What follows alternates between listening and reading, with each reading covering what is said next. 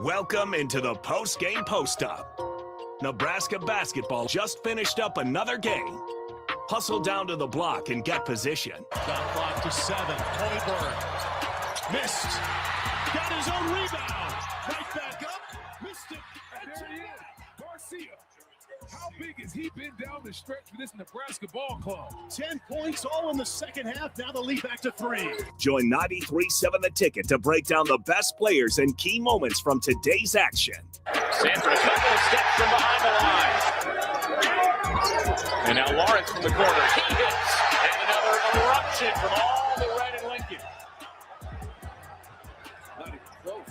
Now Creighton has not been able to hit anything. 0 for 8 from distance. Prager gets some space. He connects. Post-game coverage of Nebraska basketball on The Ticket is sponsored by Union Bank and Trust, the Lincoln Airport, Jack Russell of Farm Bureau Financial Services, and John Henry's Plumbing, Heating, Air, and Electrical. Here we gotta go. Down to 5. Hoiberg kicks it out. Lawrence for the win. It's the post-game post-up on 93.7 The Ticket. Yes, it is. Welcome in. Post-game coverage of Nebraska men's basketball here on 93.7 The Ticket is live. Austin Orman with you here. We with you for the next 45 minutes, hour or so. Taking your thoughts all show long, as always, on our starter Heyman Jewelers text line 402-464-5685. Or go ahead, drop a comment on stream. Facebook, YouTube, and Twitter up and running for you to comment on, as well as Allo Channel 961. Nebraska 77, Northwestern 58. That is now 18 wins in a row for Nebraska men's basketball to begin this 2025-26 season, and a 22-game win streak overall for the Big Red. They continue their unbeaten march. So far, 18 games of the 31 regular season games down. Let's get the party started on our starter, Heyman Jewelers text line. We have Dave in Fullerton. Fred has his team playing relaxed, but also intense and having fun. Good job, Huskers. I think that's a great way to phrase it, Dave. Relaxed, but also intense and having fun. This game was a little bit back and forth in the early going. Northwestern had the lead at points early on.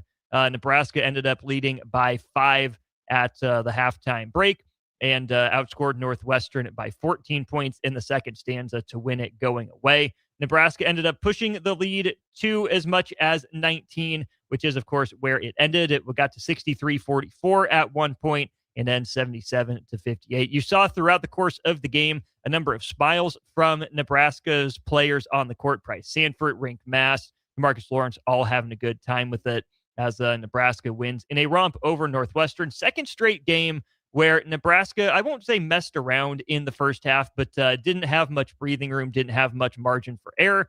Northwestern starts the game off pesky and plucky as we knew they would. It's the way that Chris Collins' teams play, especially at home. But then from that point on, we know Nebraska thrives in second halves. Nebraska answered the bell. They get off to a good start to the second half. Northwestern gets a bucket early, and then Nebraska scores the next 7 points to increase that lead from 5 up to 9. And the Huskers were off to the races from there. 402-464-5685. If you got any thoughts, again, keep them coming. Appreciate our guy Harrison reposting the stream over there on Twitter. Showed up like a comment. I was so ready to read a social media comment, but no, just a notification that Harrison is tapped in and watching. Appreciate him for all he does here at the Ticket, as always. Yeah, 77-58, Nebraska wins. A pretty relaxing second half for guys like Rink Mast and Jamarcus Lawrence.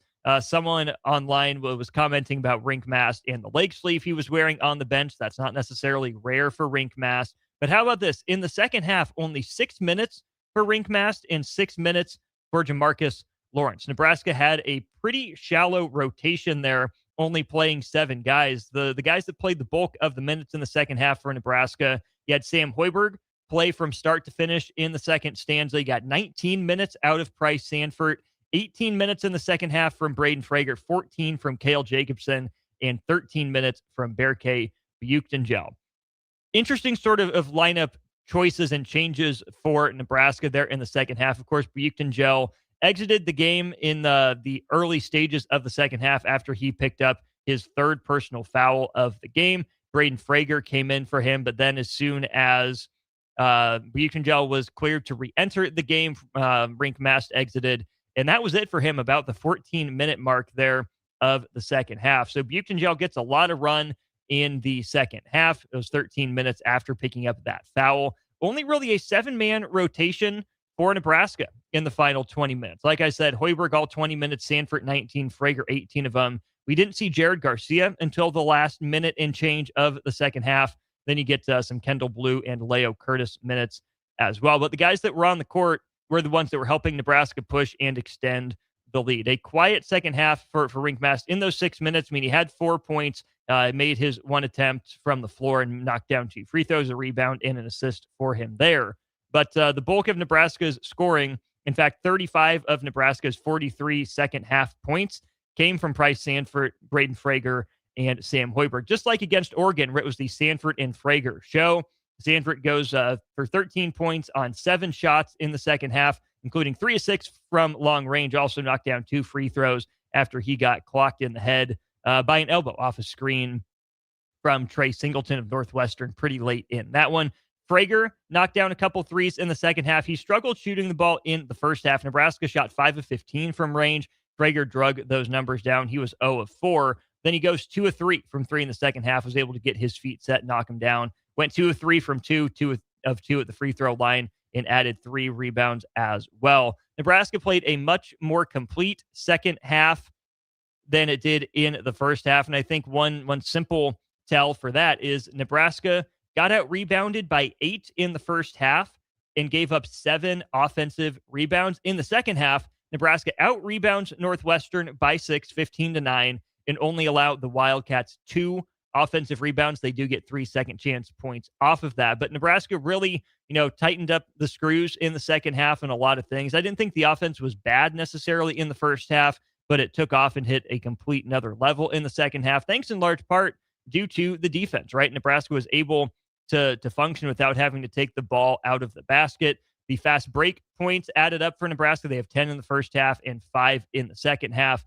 14 points in the paint in both halves for the Huskers as well. So once again, Nebraska finds a way to extend the lead early in the second half, go on a big run there in the middle part of the half. In fact, at some points for Nebraska there in the middle of the second half, Nebraska went on a 17-3 run that made it 63-44. So that was a 46-41 ball game with about 13 minutes to go, I think it was. And Nebraska explodes then for an 11-0 run at the tail end of that 17-3 run over about 3.5 minutes. And they hold Northwestern scoreless for almost an entire period of that game between media timeouts. About a 4-minute scoring drought for Northwestern as Nebraska goes on that 17-3 run and really erase any doubt from the way that game was going to go. 402-464-5685 if you've got thoughts. Rick from Wahoo, the magic carpet ride continues from Nebraska basketball.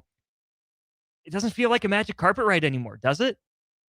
Can it feel like a magic carpet ride at this point? I mean, Nebraska has gone out and left no doubt. I think if you're a casual Nebraska men's basketball fan, or if you're someone looking in from the outside, maybe you can get to magic carpet ride. How are they doing this? What are they doing?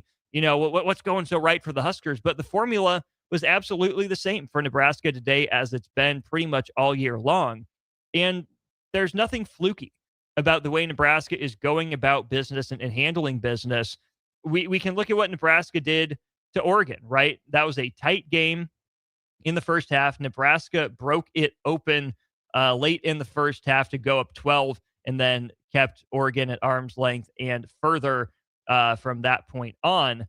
But this is an Oregon team that right now approaching the U4 timeout. The Ducks trail Michigan by just 6 up in Eugene, right? That's an Oregon team without both Jackson Shellstad and Nate Biddle. They're competing, and, they didn't let Oregon hang around. I get it. Nebraska's at home, Michigan's on the road, but Nebraska left no doubt. They're in the early to mid part of the second half after a great run to end the first half. And this Northwestern team still winless in Big Ten conference play. That's a team that has knocked off, higher ranked teams than Nebraska at home in recent memory, right? This is a Northwestern team that's taken down Purdue a couple times on that Welsh Ryan Arena floor. They took down Illinois Was it last year, a couple of years ago, and then pushed the Illini for, I don't know, probably 30, 34, 35 minutes before Illinois finally was able to put the Wildcats away earlier this week. And again, you get a home game in the Big Ten against a top 10 team. Northwestern is no stranger to knocking teams off in that position, but Nebraska didn't let it happen.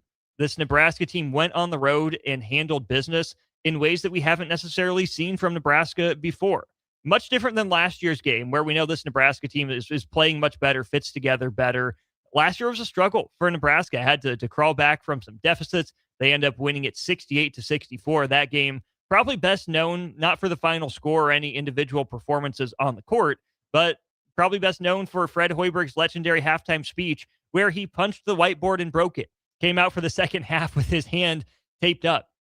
That's what it took for Nebraska to win at Northwestern last year. Probably a better Northwestern team last year than this year. It's just all Nick Martinelli this year, and we'll get to what Nebraska was able to do in defending him here in just a minute. But a worse Nebraska team and a better Northwestern team. Huskers squeak it out last year. This year, a better Nebraska team, a worse Northwestern team. Nebraska leaves no doubt, even with 5 points being the only separation between the two teams at the break. It never felt to me like Nebraska, was panicking, which this team doesn't do. It also never felt to me like Nebraska was in any serious danger. I mean, I saw a tweet from one local media person that says, man, it feels like Nebraska should be down 10 at half. Probably a good time for the second half, probably a good trend for the second half. And maybe it was tongue in cheek. Maybe it was, sarcasm. It's hard to tell over the internet sometimes, but I never felt like Nebraska was in any danger in this game, even when it was back and forth early, even when Nebraska couldn't hit that shot in the first half to extend the run and provide some early cushion. Nebraska would push the lead to 8 or 9 points, and then Northwestern would get a bucket or two, get it right back within a couple possessions. Then Nebraska would extend again. Here comes Northwestern, especially late in the first half. Late in the first half, I thought Nebraska's best chance to put that game, not quite on ice, but really feel good about where it was going, came when Berkey Buchtengel committed a foul with 1:02 to go. Northwestern hit a couple of free throws to cut it to 5. And then Nebraska had a chance to go 2 for 1. They did. They were going for it with about 45 seconds left. Marcus Lawrence got called for an offensive foul on a push-off. So an empty first possession for Nebraska. Northwestern missed its shot and then had a pretty panicked, pretty mediocre last possession of the first half. Near turnover, near backcourt violation. I think it was Justin Reed got all up in Sam Hoiberg's grill, deflected it into the backcourt. But Nebraska finds a way to at least get a shot at the end of the first half. But they went 0 for 2 there. And you're like, okay, offensive process wasn't great. Got whistled for a foul on a layup that Lawrence, I think, ended up finishing, but didn't go down. But even despite maybe the little choppy end to the first half, the reason that I never really felt like Nebraska was out of control in this game against Northwestern was because of the styles of play. If you look at the way these two teams play, it is drastically different. Nebraska, pace and space. Nebraska will shoot the 3 consistently and they'll knock it down. Northwestern relies on YMCA ball. They rely on the mid-range so much that if you look at Northwestern's leading scorers in Nick Martinelli and Trey Singleton, they combined for 36 points on 33 shots. Number one, that's good efficiency from Nebraska. Those guys only shot 6 free throws combined.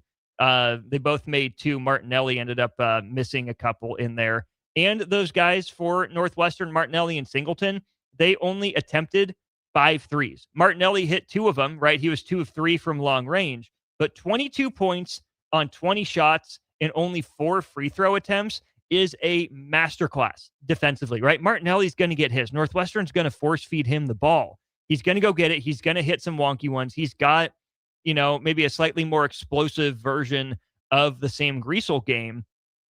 But Nebraska never let Nick Martinelli get in rhythm, get in flow. Nebraska made other guys beat it, which they weren't able to do. And Northwestern just didn't have the firepower or the willingness to keep up with Nebraska from long range. Because if you flip that over then to Nebraska's leading scorers on the game, Price Sanford made 5 threes himself. Northwestern made 5 as a team. As a team. You add in the 2 makes from Frager, 2 from Lawrence in some pretty key spots, especially in the first half. Sam Hoiberg hits a drive and kick, and then Rink Mass goes 1 of 3 from distance as well, as Nebraska shoots 11 of 26 from 3. 11 made threes on 26 attempts, good for 42% from range for Nebraska. Northwestern shot a decent 35.7% in going 5 of 14. But I keep telling you, dear friends and listeners, this is part of what makes Nebraska so dangerous, and why even when Northwestern was going back and forth in the first half, I was never really concerned about the way Nebraska was defending. They were, for the most part, allowing the shots they always allow. 1 or 2 dribble pull-ups into the mid-range, teardrop floaters. There were a couple times Northwestern got to the rim, and certainly offensive rebounds were an issue in the first half. I mean, for the Wildcats, they pulled down 7 offensive rebounds in the first half. Only 5 seconds chance points, so Nebraska managed to survive giving up the offensive rebounds. But even with Nebraska getting out-rebounded by 8, Nebraska ended up with 3 more made threes, an extra made shot on top of that as well in the first half to have a little bit of cushion, and 6 turnovers from Northwestern. An uncharacteristic 6 turnovers out of a team that only turns it over about 8 times per game. But the way that Nebraska plays, Northwestern really doesn't have a formula to beat this Nebraska team.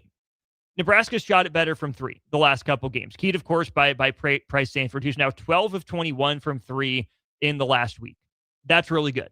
Will it sustain? Will it keep up? We'll see, but we know he has the ability to do that, to get hot in stretches. Frager, again, just 2 of 7 today, but 9 of 18 over the last 2 games for 50%. You absolutely take that. The only way Northwestern was going to beat Nebraska was if Nebraska shot, instead of, 11 of 26 from 3, Nebraska shot like 7 of 26 from 3. And Northwestern controlled the glass all game, and Nick Martinelli was able to score efficiently, consistently, and effectively, which he just wasn't able to do. Let's head back to our starter at Heyman Jewelers text line, Dave and Fullerton. To your point, Nebraska was getting turnovers, which made me feel like this game was going to be Nebraska's. Yeah, Nebraska, a team that doesn't run a whole bunch. They end up with 10 fast break points in the first half. This is a Northwestern team that has been able to find a good chunk of its own offense in transition. Nebraska under Fred Hoiberg has been elite at limiting other teams' opportunities in transition. That continued again today. Nebraska allows, I think, just those 2 fast break points in the first half. And then in the second half, it was just 1 fast break point. So Nebraska wins points in transition 15-3. That's absolutely huge. Nebraska outscores Northwestern in second chance points 8-3 in the second half. That's big, on top of Nebraska having a pure math and numbers advantage, with Northwestern turning it over 11 times, which isn't really that bad in the course of things. Not great, but not terrible. You could survive that if you had the volume from 3. Northwestern did not look confident shooting from 3 very often, and they certainly weren't looking to shoot from 3 very often, right? If Northwestern was able to defend and get Nebraska to miss shots and clear defensive glass, that's how they would have hung in there and made that a 5-point game into the final 8 minutes, where you take your chances with one of the best one-on-one scorers in the Big Ten with Nick Martinelli. But because Northwestern wasn't able to keep pace with Nebraska when the Huskers were able to put their foot on the gas, Northwestern had no brake pedal. Northwestern didn't have an off-ramp to shuttle Nebraska toward. And so the Huskers just kept snowballing, and Northwestern didn't have an answer. Lou and DPE TV, appreciate you guys chiming in here on our YouTube stream. The Cornhuskers have arrived, says DPE TV. And Lou says, oh, Lou is in the house, GBR. This Nebraska team had so many answers for Northwestern offensively, even in the first half when they weren't hitting the big shot to key the run. They stuck in it defensively. Northwestern hit the mid-range jumpers that Nebraska is more than happy to allow. And I think here, to end out this first segment, we need to highlight the work that Nebraska did on Nick Martinelli. So in the first half, Martinelli scores 15 points, led everyone. He had 15 of the 29 for Northwestern, which isn't out of the ordinary for him. But here's the thing. It took him 13 field goal attempts to do it. He was under 50% at 6 of 13. He did hit both of his threes in that first half. So just 4 of 11 from 2, 1 of 2 at the free throw line. He also had 8 rebounds, but 4 of those came on 1 possession, or 3 of them came on 1 possession, a handful of them He's just throwing the ball against the backboard, trying to get it to go in, battling, to his credit, competing. Nebraska couldn't wrestle it away from him. He ends up getting the stick back to go eventually. But 15 points on 13 shots, that's a heavy shot diet. He took 13 of the 30 shots from Northwestern. Only 3 other Wildcats scored. It was Singleton, Charavino, and Reed. Those guys, though, combined for just 14 points in the first half on 14 shots. That's incredible. If you're looking at the way that you want to score, there's not a hard and fast rule, but you can tell how efficient a player is being, the more points they have on the fewer shot attempts they have. Northwestern's not necessarily a team that goes hunting for free throws.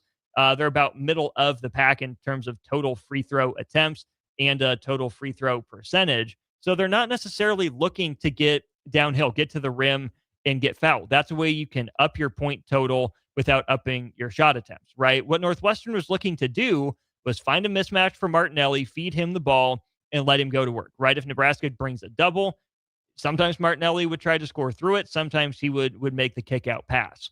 But Nebraska was able to do a pretty darn good job of defending Nick Martinelli one-on-one with showing some help and digging down just a little bit without having to overcommit. To start the game, I wasn't surprised. It was Berke Boyuktenjel drawing the defensive start on Nick Martinelli. And then, it was back and forth between Buchtengel and Frager. In the second half, especially, there was a lot of Braden Frager on Nick Martinelli, who played until the final minute of that game. Incredible job, I thought, overall by Berke Buchtengel and Braden Frager, not needing to command double teams, because in the first half, Northwestern was finding some success when they would get the ball into the post, kick it out of the double team to the backside. Nebraska was not as good, not as sharp in its closeouts. Northwestern caught it ready to drive. Some of those probably needed to be 3-point attempts for Northwestern. I think teams like Iowa will turn those into 3-point attempts like Indiana did in plenty of cases. Illinois will do that. Purdue will do that.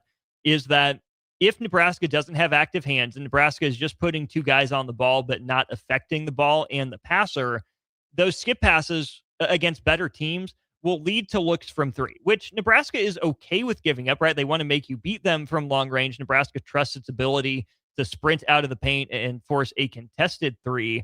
But, if that's Fletcher Lawyer instead of Charavino there in the corner or the wing on the backside off a kick out from Kaufman Wren, that one has a better chance than not of going down. You don't necessarily want to give Fletcher Lawyer that look. And some of it's knowing the scouting report, right? Against Northwestern, Nebraska, I'm not sure how often it knew or remembered the scouting report. It looked like Northwestern was just so ready to drive that even if Nebraska was doing the scouting report right and closing out short, Northwestern was just looking to attack and get into the paint. The Wildcats finished the first half with 12 points in the paint. I would wager the majority of those were Martinelli drives or second side attacks after the skip pass. But there in the second half, to get back to the main point, Nebraska was able to hold up one-on-one against Martinelli. And there were times where it felt like Northwestern wasn't looking to get him the ball off a switch after a reversal. And some of that's a big credit to Nebraska, not making it simple for Northwestern to reverse the ball by applying some ball pressure to whoever ended up with it. There were plenty of times that Northwestern got the Sam Hoiberg switch, got the Cale Jacobson switch. And those guys are good enough defenders in their own right. But no matter how good they are, Northwestern should want to get it to their guy. With a height mismatch like that, let him go to work YMCA ball style. And they just didn't do that consistently. A lot of Nick Martinelli's offense in this one was self-created. They were tougher looks that he had to work pretty hard for. And that's why he ends up with 22 points on 20 shots. Nebraska did a decent job of denying him. Frager especially did a good job of being able to stay in front of the ball and contain the drives. And so Nebraska's ability to defend Nick Martinelli came in part, I would argue, due to the success that Buchtengel and Frager had, locking up, staying in front of him for the most part individually. I would credit Nebraska's on-ball pressure when Northwestern did move Martinelli off the ball in not allowing the reversals to get to him. And even Nebraska's ability to shoot the 3. Again, offense being a great defense for this team, keeping the pressure on Northwestern. They didn't abandon their process, which is sure to their credit. But man, Northwestern just didn't look interested in playing the type of game that Nebraska demanded that they play. And that's the reason I think this game ended up snowballing on the Cats. It's a 19-point Nebraska win for the 18th consecutive win for Nebraska to begin this 2025-26 season. We have some comments. We have some texts on YouTube and our starter at Heyman at Jewelers text line. Stick with me. We'll go to break. We'll answer some of your comments, your questions, and more as we continue breaking down Nebraska versus Northwestern. Huskers 77, Wildcats 58. More after this on 93.7 The Ticket. Let's fly. Your next trip starts at Lincoln Airport with American Airlines. Now flying nonstop service to Dallas, Fort Worth, and Chicago. American Airlines connects Lincoln to major hubs and destinations around the globe. Wherever you're headed, LNK gets you there with new nonstop flights on American Airlines. Now boarding. Convenient, fast, and stress-free. Book your next flight at LincolnAirport.com. LNK, make flying easy. With UBT, you've got total control over your money. Like Doug, who runs his game day tailgate like a well-oiled machine. I got burgers, brats, chicken, dogs, plus all the fixins. And with the UBT Go app, I can track my food spending from anywhere. Pro move. They don't call me Grill Sergeant for nothing. No matter your goals, UBT helps you feel good about reaching them. Union Bank and Trust. Member FDIC. A membership with John Henry's will fast-track you to front-of-the-line service, seasonal tune-ups, and far fewer unexpected moments. That means no breakdowns, no waiting on a call, and no nonsense. It's consistent care that prevents small issues from turning into big bills. Join the Comfort Club and get VIP treatment 365 days a year with 24-hour priority response, member-only discounts, and peace of mind on your home's most expensive systems. Call John Henry's. John Henry's Plumbing. Heating and air. and Electrical. Empire Netting and Fence delivers top quality netting and fence solutions. From major sports venues to backyard installs and everything in between, coast to coast. We take on tough jobs with grit, integrity, and a strong commitment to safety. Empire is growing, and we're hiring motivated people ready to grow with us. We build each other up, and we're building something big. Think you've got what it takes? Apply now at empire-fence.com. That's empire-fence.com. This is your year to win way more than bragging rights. At Warhorse Casino, your love of the game could earn you serious cash. The Pro Football Frenzy is free to play with cash prizes all season long, like up to $1,000 weekly, with your chance at $1 million, all while earning tier points and comp points every time you place a sports bet. Only at Warhorse Casino. Wagers may only be placed on Nebraska-based teams when played outside the state of Nebraska. Must be 21 or older to gamble. Gambling problem? Call 1-833-BET-OVER. Winter is just around the corner. Is your vehicle ready? Don't get left out in the cold. At A1 Automotive, we prep your car for whatever winter throws your way here in Nebraska. For battery checks, brake inspections, tires, heaters, whatever your car needs to keep you and your family safe on the road, we've got you covered. A1 Automotive, always honest answers. In a world where Wi-Fi battles rage and bandwidth is never enough, one family dares to connect it all. Work from home, influence all day, stream all night, and game to win. Deadlines, downloads, and dance-offs, all happening under one roof, flawlessly. Can your internet provider do that? Fiber fuel your household at allofiber.com/all-in. Get rid of pesky critters once and for all with Bats to Rats. Their expert team is here to help you reclaim your home. No more sleepless nights caused by crawling critters or flapping wings. Bats to Rats ensures a safe environment for every family member. Check the website at batstoRats.com for amazing offers. And if you mention this ad, you'll receive $10 off your initial inspection cost. Call Bats to Rats today at 402-781-8691. That's 402-781-8691. Bats to Rats. Big value and big flavor meet at Wings and Rings thanks to the all-new delicious Duo Combo. This is the one you've been waiting for. Get one half-sized appetizer and 2 entrees with a side for only $19.99. Bring a friend for the best deal in town on any day of the week, during game time, or whenever the heck you want. Their made-to-order wings and chicken sandwiches are waiting for you at their 68th and O and 40th and Old Cheney locations. Stop by Wings and Rings and celebrate every day with the best meal deal in town. Now back to the post-game post-up on 93.7 The Ticket. Post-game coverage of Nebraska basketball on The Ticket is sponsored by Union Bank and Trust, the Lincoln Airport, Jack Russell of Farm Bureau Financial Services, and John Henry's Plumbing, Heating, Air, and Electrical. It's the post-game post-up on 93.7 The Ticket.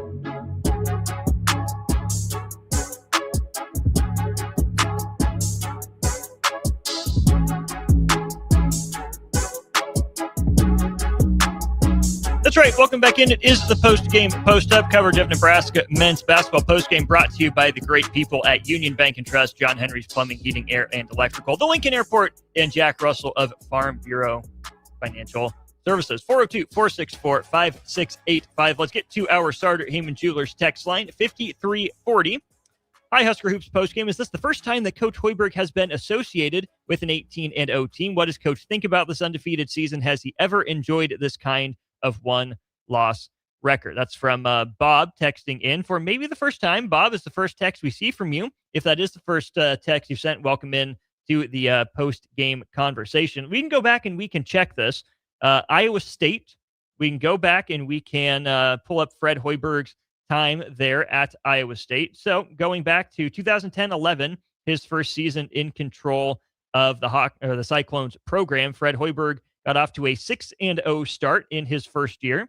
The next year, the best start for Iowa State was just a 1-0. They beat Lehigh before losing to Drake on the road at the Knapp Center. Year 3 for Fred Hoiberg, his team that went 23-12. They get off to a 4-0 start before losing a neutral site game to Cincinnati. Next season for Fred Hoiberg, the 2013-14 edition of the Cyclones, they end up 28-8 overall, ranked number 9 in the AP poll. They get off to a 14-0 start, winning at home against Baylor before dropping a 5-point decision on the road at Oklahoma. So 14-0, the high water mark for Fred Hoiberg to this point. We get to 2014-15. Fred Hoiberg and his team starts out just 3-0 before dropping a neutral site game to Maryland at the Sprint Center. And then that was the last one for Fred Hoiberg, 2014-15. So 14-0, the previous best start for a Fred Hoiberg coached team. Nebraska now 4 games past that here, 18-0 overall, 7-0 in the Big Ten. I can do math. 7-0 in the Big Ten.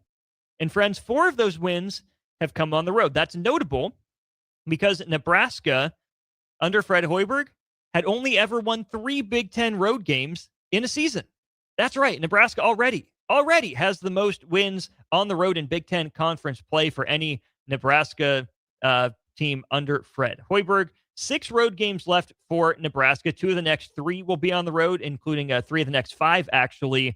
Nebraska will play back-to-back road games at Minnesota coming up a week from today. And then the big showdown everyone's had circled for a while, Nebraska at Michigan coming up a week from Tuesday on the 27th. Nebraska will return home to host Illinois before hitting the road to take on Rutgers again. After that, Nebraska will have 10 days till its next road game at Iowa. And then a week and a half after that, Nebraska will have back-to-back road games. The California road swing this year for Nebraska at USC and at UCLA. Those games on February 28th and March 3rd, respectively. So already a Nebraska best 4 Big Ten wins on the road for Fred Hoiberg. Nebraska 7-0 overall in the conference. Heading to our comment section.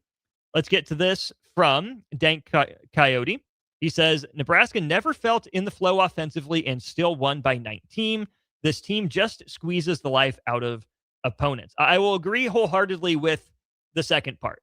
This team just squeezes the life out of opponents. Oregon came in with plenty to play for. Nebraska didn't give them any hope over the final 24 minutes of that game. Northwestern looking to get off the schneid with the leading scorer in the Big Ten, a top 5 scorer nationally, never let him get into rhythm, made his work difficult for him.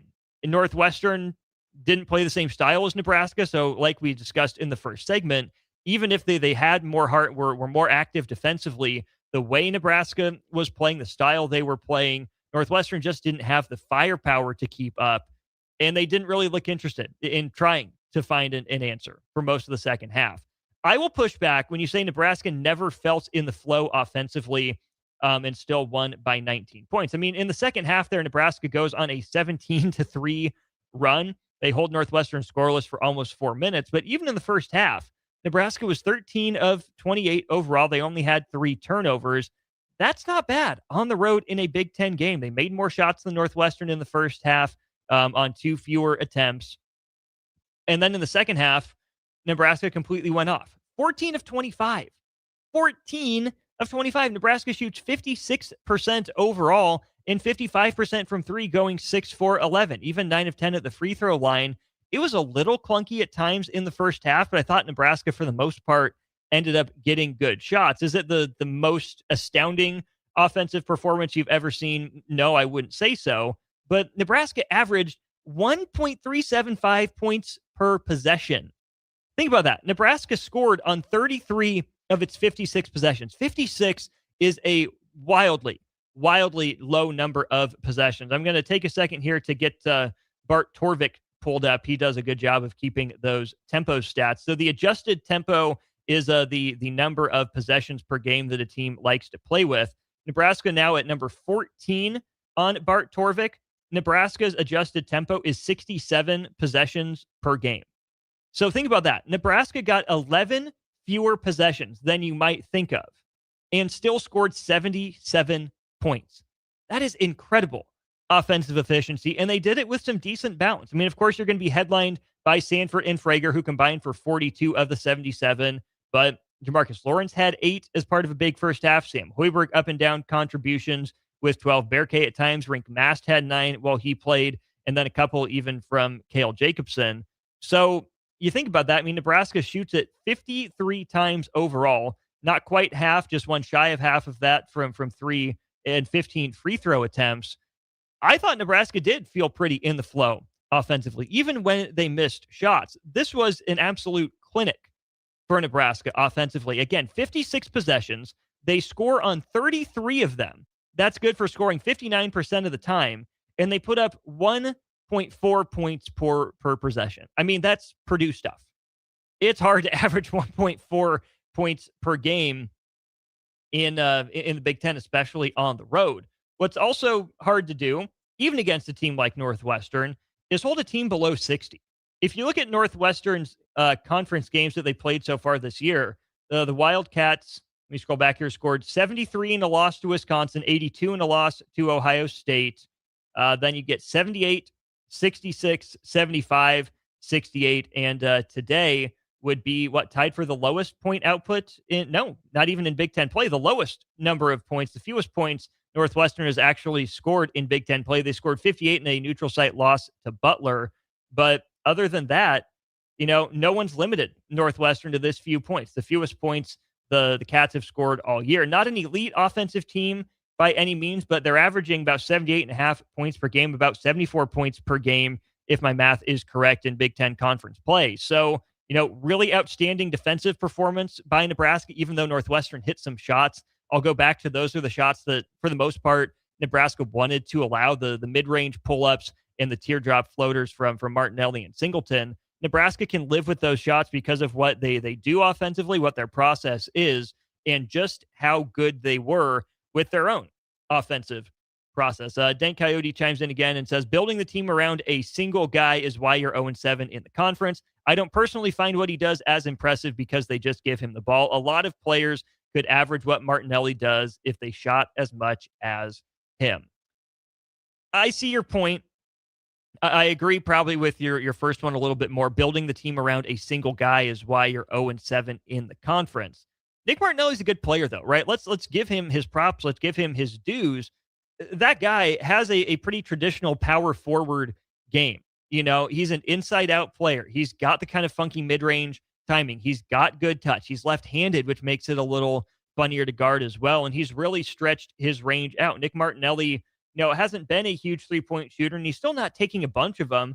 I mean, now in 17 games, I think he's taken 45 threes, which isn't that much, especially for a leading scorer in the country, let alone, just for a team and in the conference. But yeah, I mean, Nick Martinelli for his career, he took, about half a three per game as a freshman, took 1.5 threes per game at 27% as a sophomore, 3 attempts from long range per game last year, only hit 1 in 3 of them. And he's right about 2.5 attempts per game from 3 this year. He's shooting 52% from 3, and he hit 2 out of his 3. So that percentage and attempts per game will rise ever so slightly. A 36% shooter from 3 for his career. So, yeah, I mean, the team is built around Martinelli, a lot of what he does offensively. What's missing is the boo-booey impact defensively. They don't really have an impact big man outside of Martinelli, who I think, again, is more a traditional power forward, but they'll play him on the wing and trust him to get downhill from the perimeter some as well. And let's not pretend like scoring points in the Big Ten is easy. It's really not, especially when you have the supporting cast that you have around you if you're a guy like Martinelli, right? When so much offensive responsibility is put on his shoulder. That's why I wish Northwestern, for their sake, I mean, Chris Collins is a good coach. I mean, he's taken Northwestern to the most success they've ever had as a program. He's a darn good coach. He's good at what he does. But usually when you have an inside-out guy with the game that Martinelli has, who's a willing passer, not a huge one, but he's certainly gotten better, averaging about an assist and a half per game. You need to spread the floor with not just, good shooters, but confident shooters. Even if they're not the best percentage-wise, they have to at least be willing to let it fly. See if they get hot for a game or two, because the more that you allow defenses to pack the paint, and even like Nebraska, if you're going to let Martinelli go one-on-one most of the day like they did, when you're not having success going one-on-one, when you're not getting easy touches or easy offense, I thought Northwestern ran some pretty good stuff to get some looks, and Nebraska's defensive activity took some of it away, preventing some easy passes. But the way that Northwestern is built around that one player, to me, is probably more the difference than being built around one player overall. Let's get to 80-90 on YouTube. Seems like the Huskers just out-hustle teams in the second half. That comes with smoother defense, which translates to offense. I don't know what it is. And I don't think Fred Hoiberg can necessarily put his finger on it either. It just kind of feels like, Nebraska doesn't often play poorly in the first half. You can argue the end of the first half, the last 4 minutes of the first half against Indiana were pretty bad. And okay, you get down 9, you're certainly not playing well. Give up a 12-2 run there to trail by 9 at the break. That's not great. But it just feels like Nebraska is a boxer who's not necessarily on the attack in the first half. Sometimes they are. They'll go on runs. They certainly did against Oregon. But more consistently than not, I think Nebraska is just trying to learn an opponent's style, learn what they want to do, absorb and synthesize that information at the half. And they're like, okay, we had our game plan going in. We took a pretty good shot from them, right? Maybe we have some things to iron out on our offensive end in the second half. But I think Nebraska just looks so much more confident in what opponents want to do in the second half, that when you have a better read on what an opponent wants to do, it allows you to play with more pressure. You're maybe more connected right now that you're all, for sure on the same page after a little bit of a meeting at halftime. And then there's just something about this team. They like the second half a little bit more. One of those things that we can try to explain, but it might just be a thing, right? One of those unexplainable, inexplicable kind of nebulous sports concepts that just happens. And you take your runs when you can get them, as Dan Coyote chimes in again and says, Northwestern did a good job of keeping Nebraska from going on a run until the end. Unfortunately for them, they couldn't break our defense. And that's how runs happen, right? Runs aren't just on offense, right? And you can't really make a run just on defense, right? If all you're doing is scoring and not getting stops, you won't go on a run. If all you're doing is getting stops and not scoring, you won't go on a run, right? You can't put the ball in the basket on the defensive end. And the offense has to continue to be consistent. Nebraska remains one of the best teams in the country at going on scoring runs. Let me get my Evan Mia numbers pulled up here. Nebraska didn't have a kill shot. You might have heard me refer to that before. That's a 10-0 run per Evan Miyakawa. If you have a 10-0 run in a game, you're going to win, I think, 7 or more times out of 10 per Evan Miyakawa's research. But this Nebraska team, I don't know if this is updated or not yet on Evan Mia's side. I don't know when it refreshes. Looks like, no, not quite updated yet as I see it. Nebraska has gone on, where are we at here? 21 runs of 10 points or more and only allowed 5 of them. Okay, that's huge. When you can string together score, stop, score, stop, score, stop, score, that's like 4 possessions in a row. More often than not. Sometimes it's turnovers fueling fast breaks. Sometimes it's making opponents go one and done and then just being ruthlessly efficient on the offensive end. 21 runs of 10 points or more for Nebraska. And there's another one. There's at least one more 10-0 run for Nebraska today. So 22 runs of 10 points or more, and they didn't allow one to Northwestern today. In fact, the biggest run for the Cats, we can go ahead and get that pulled up here. It was just 6-0. Nebraska's biggest run in the first half, I think, was 7 or 8-0 to build that lead out to 6 or 7 points. Northwestern would then crawl back in it. But Nebraska didn't let Northwestern ever get in a full rhythm. Northwestern didn't take the kinds of shots that make it conducive to going on a run. And finally, Nebraska cracked a bit of the code, got hot as a team, stuck to the plan, stuck to the script, executed just a little bit better. And there you go. Game's blown open with a 17-3 run in the middle to late part of the second half. DPE says the defense is so good, the rotations are always on point. Yeah, I mean, Nebraska's been probably the most connected team defensively of the Fred Hoiberg era. I don't know how you could possibly argue that at this point. This doesn't have the best defensive personnel, at least on the surface, right?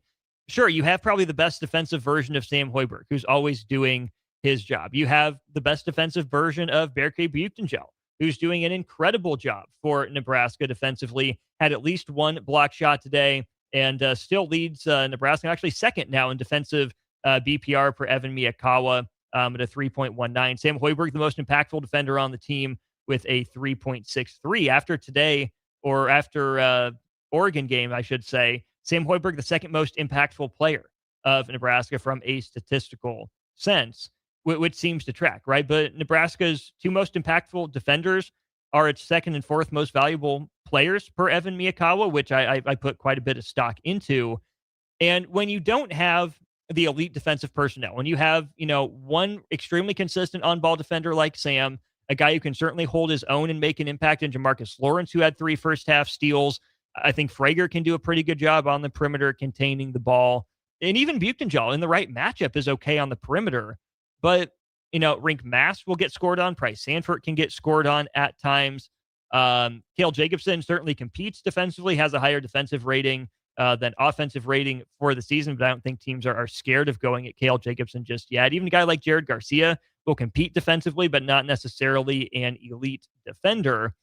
It doesn't seem like a team that should be as good as it is defensively. So how do you become greater, as a whole than the sum maybe of your parts? It's through communication. It's through knowing the game plan. It's through sticking to it in rebounding, right? We got this from Bruce Davis in the first half. Northwestern was +8 with 7 offensive rebounds. Nebraska's got to rebound better, which they did in the second half. Your numbers look a lot better when teams go one and done. And when you force them into the mid-range shots that Northwestern was taking. It wasn't a terrible game in terms of percentages for Northwestern. 43%, not lighting the world on fire, but they didn't get downhill to the free throw line, only 10 attempts, only shot 14 threes. And when you get out, you outshoot Nebraska by 1, but you make 4 fewer shots and 6 fewer threes, the math just ain't mathing. It's just not adding up.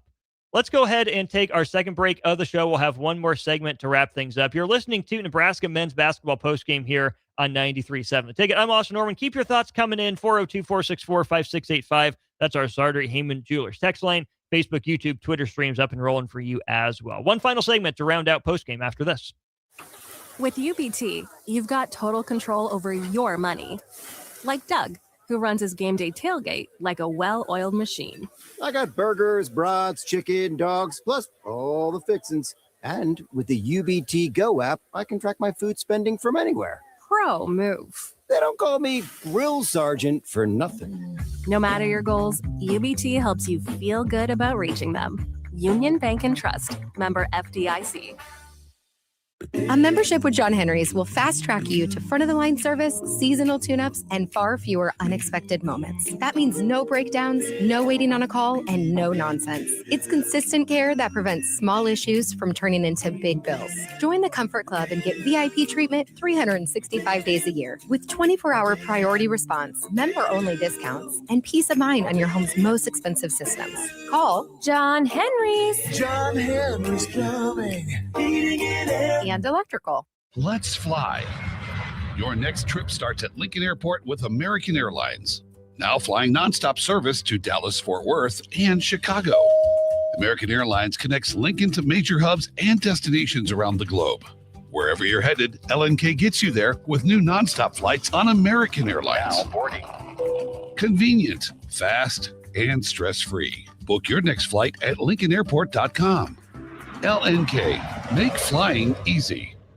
Lincoln's go-to for fun isn't new. It's a place that's been a staple of the city for years and is only getting better. Matson's Bowling and Billiards always has open bowling available with no long lines, unlike other centers. They have live music almost every weekend and great food at EJ's Bar and Lounge, with seating for 150 people. They have popular meals like the EJ Burger, pizza for the whole family, and famous EJ's Wings. Contact Sarah to book a party for friends, coworkers, or family at Matson's Bowling and Billiards, just south of 48th and Holdridge. MHC isn't a new company, just a new name. Mo's Moving is now Mo's Home and Commercial. Whether moving across town or across the state, MHC Moving has you covered, specializing in home, apartment, assisted, and independent living moves. MHC can handle your commercial moves as well.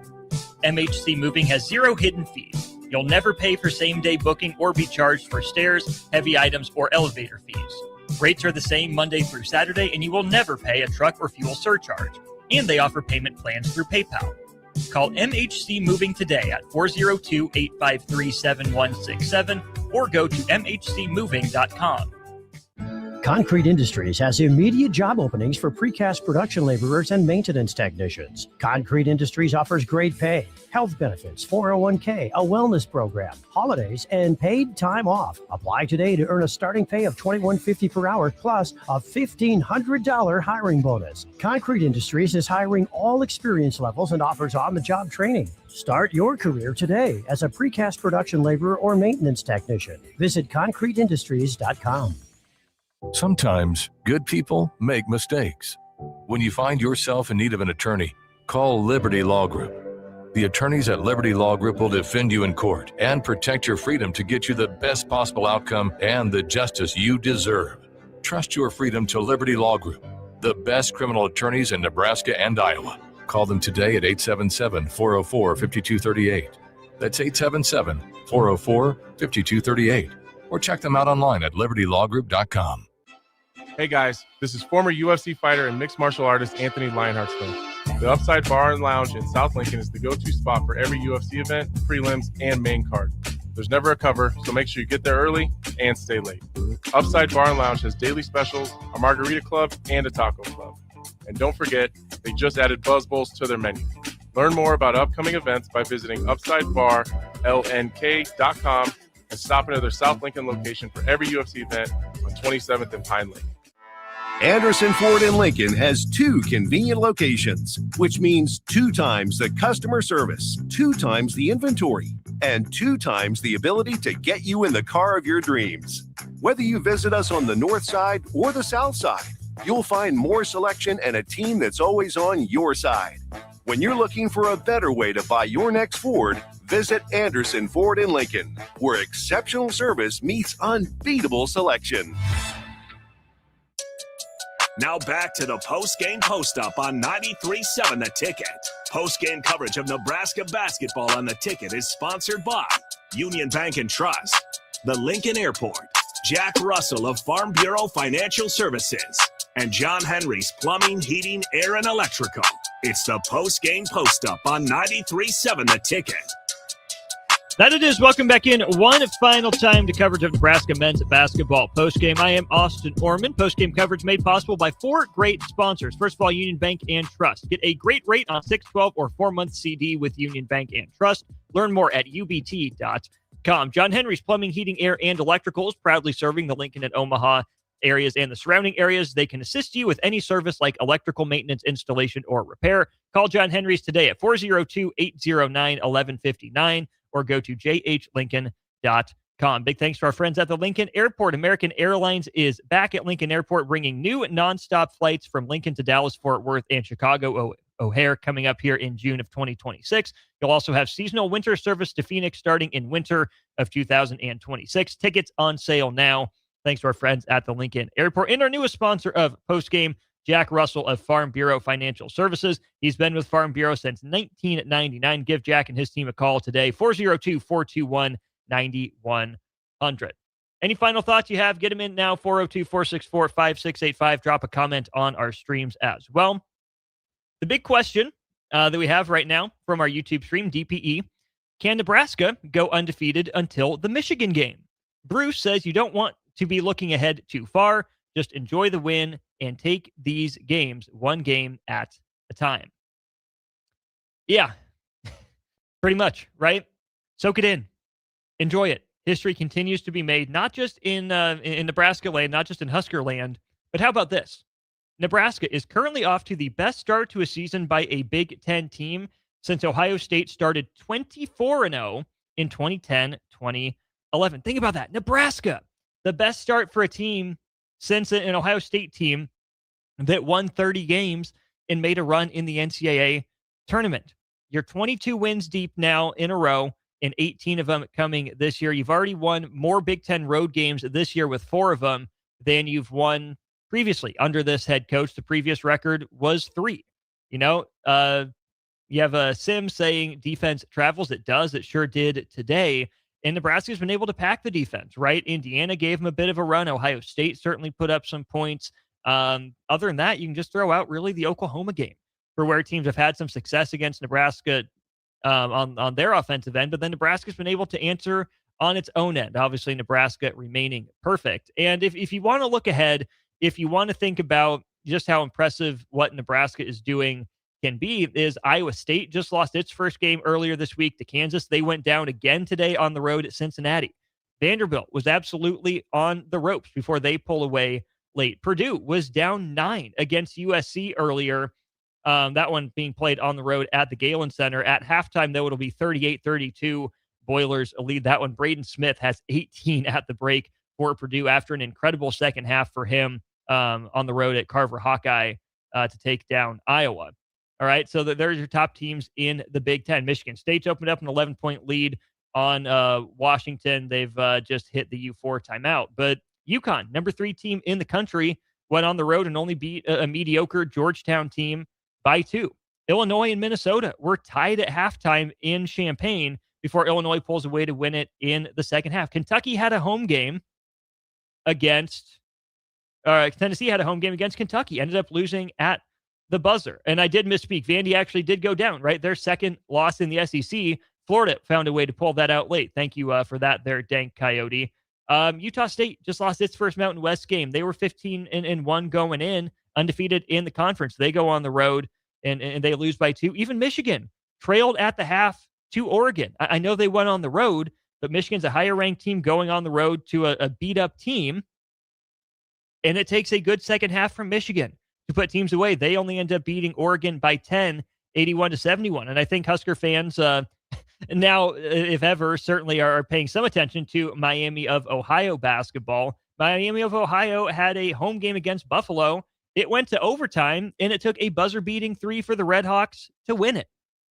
How many years have Nebraska teams gone to a spot like this and a chance to build momentum or keep it rolling and found a way to make this a game all the way to the end, but not in a good way? They have opportunities to put away a Northwestern or a Rutgers or a Penn State and just not done it. Either not been able to do it or just kept the opponent in the game for a while. Yeah, sure, Nebraska only led by 5 at the break. I think we've all established by now we felt Nebraska still at least had control of the game flow at that point. But for Nebraska to continue in the second half the same way they did in the first, to tighten things up on the offensive end, to re-engage a little bit more defensively, which means you only allow 29 points in each half, that's pretty darn good. But to see Nebraska, lock in, if you're thinking of modern day example, it's the meme where you have the first half guy is leaning back in his chair with the video game controller, and then he leans forward, right? That's when he engages. Nebraska's been able to lean forward in their chair with the controller a little bit in the second half, and then be able to lean back again and relax at the end of games. Nebraska hasn't allowed teams really to hang in it late in games. The better teams on the road, sure, Indiana did, but guess what? Nebraska leaned all the way forward in the chair and extended that, game that they were down by 16 at one point to a 9-point advantage. They could never relax, but they got it by 9. It was just a few minutes to go, and you feel in control at that point. Ohio State came back and made it a game, took the lead. Nebraska goes on to run. They have to hold on late, but they do. Other than that, Nebraska hasn't really been pushed for a full 40 minutes like other teams in the country have, at least not in a while. Obviously, Michigan State, obviously Illinois, but those are in the rearview mirror now. You can throw the Oklahoma game in there as well. So Nebraska took some challenges for 40 minutes early in the season, but when Nebraska's schedule hit, not a bad portion of it, but certainly a manageable portion of the schedule, Nebraska hasn't eased up. Nebraska hasn't, looked bad. That maybe been in a little bit of danger, but I wouldn't even call it danger. I would call it normal game pressure, really, since about the U12 against Indiana. You get down by 16. Okay, yeah, you're in a little bit of danger, but you make a run by the U12, you're right back in it. Then there's just game pressure. Can you make one more play per segment than the other team? Nebraska has been able to do that. And sure, other teams have continued to win games as well, but they haven't done it as effectively. They haven't done it as efficiently or as consistently as Nebraska, outside, of course, of Miami of Ohio, who's now 19-0, and Arizona, who is still undefeated as well. Will the Wildcats play? They already did. They went on the road, and they beat UCF by 7. That's a fringy top 25 UCF team on the road. Solid road win for Arizona, 84-77. The Wildcats win that one. So, Nebraska's going to be favored on Wednesday when they welcome Washington here to Pinnacle Bank Arena. They'll be favored when they go up to the Barn a week from Tuesday. I believe that would be a week from today, to take on Minnesota at the end of next week. And then Nebraska will be underdogs, I would presume, going to Ann Arbor, unless Michigan drops another game and Nebraska moves ahead of them. But I think all the analytical sites will still trust Michigan in its early season dominance a little bit more, certainly than Nebraska. So I think you can have it both ways, right? You can look forward to a week from Tuesday on the 27th when Nebraska visits Ann Arbor. But I think the main reason that you're allowed to look ahead as a Nebraska fan and not feel like you're getting ahead of your skis is because of the way this Nebraska team handles business, right? Nebraska hasn't had many scares. Nebraska hasn't felt out of control of a game in a while, outside of, the early second half against Indiana.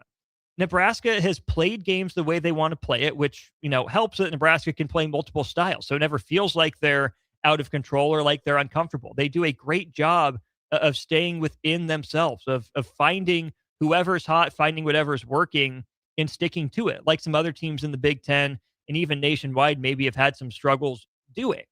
When you get to 18-0, that's a testament to being consistent with your rules, your principles, your values, and who you are. It's also a testament to being able to win multiple ways. Nebraska's won with offense. Nebraska's won with defense.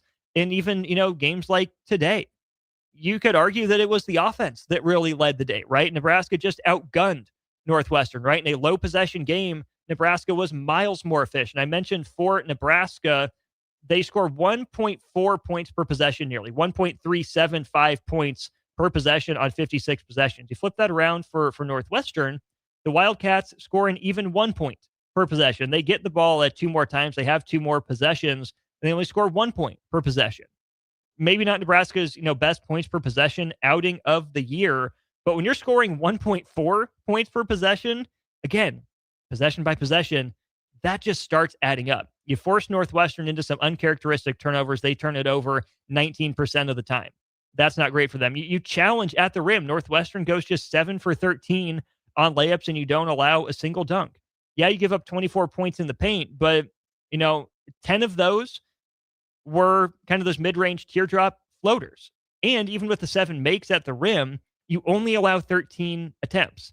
Northwestern only got to the rim once every 3 minutes, if you want to play that out. Essentially, once every 6 possessions, hypothetically, Northwestern would have been at the rim, depending on how you want to do the math there.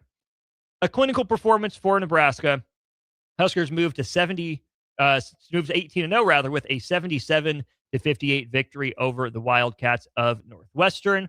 Big shout out to our great sponsors, as always, as well as Union Bank and Trust, the Lincoln Airport, John Henry's Plumbing, Heating, Air, and Electrical, and Jack Russell of Farm Bureau Financial Services. Nebraska 18-0. Next game comes up Wednesday evening. The Huskers will welcome Washington to town. A good Washington team, a solid Washington team, one still in need of some marquee victories. But the way Nebraska's been playing You just hope the Huskers are able to put that one away somewhat early and then look forward to a road trip to Minnesota. Huskers handle a road test today. They win at 77-58. Thanks again to all our great sponsors. Check them out at their respective websites. Give them a call. They do great work for us. I know they will do great work for you. Great work again by the Nebraska Cornhuskers team. We'll talk to you again for post-game Wednesday night, full ticket weekends, and some NFL football comes your way live on the radio tomorrow, only here in Lincoln on 93.7 The Ticket and theticketfm.com.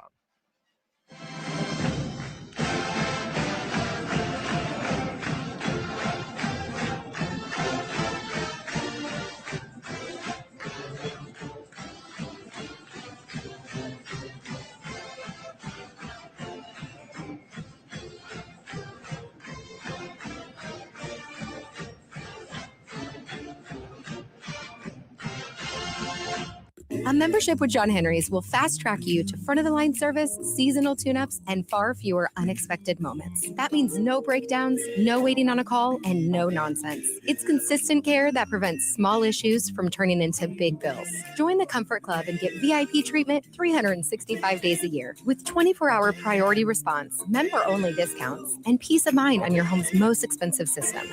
Call John Henry's. John Henry's Plumbing, heating and air. And electrical. Let's fly. Your next trip starts at Lincoln Airport with American Airlines. Now flying nonstop service to Dallas, Fort Worth, and Chicago. American Airlines connects Lincoln to major hubs and destinations around the globe. Wherever you're headed, LNK gets you there with new nonstop flights on American Airlines. Now boarding.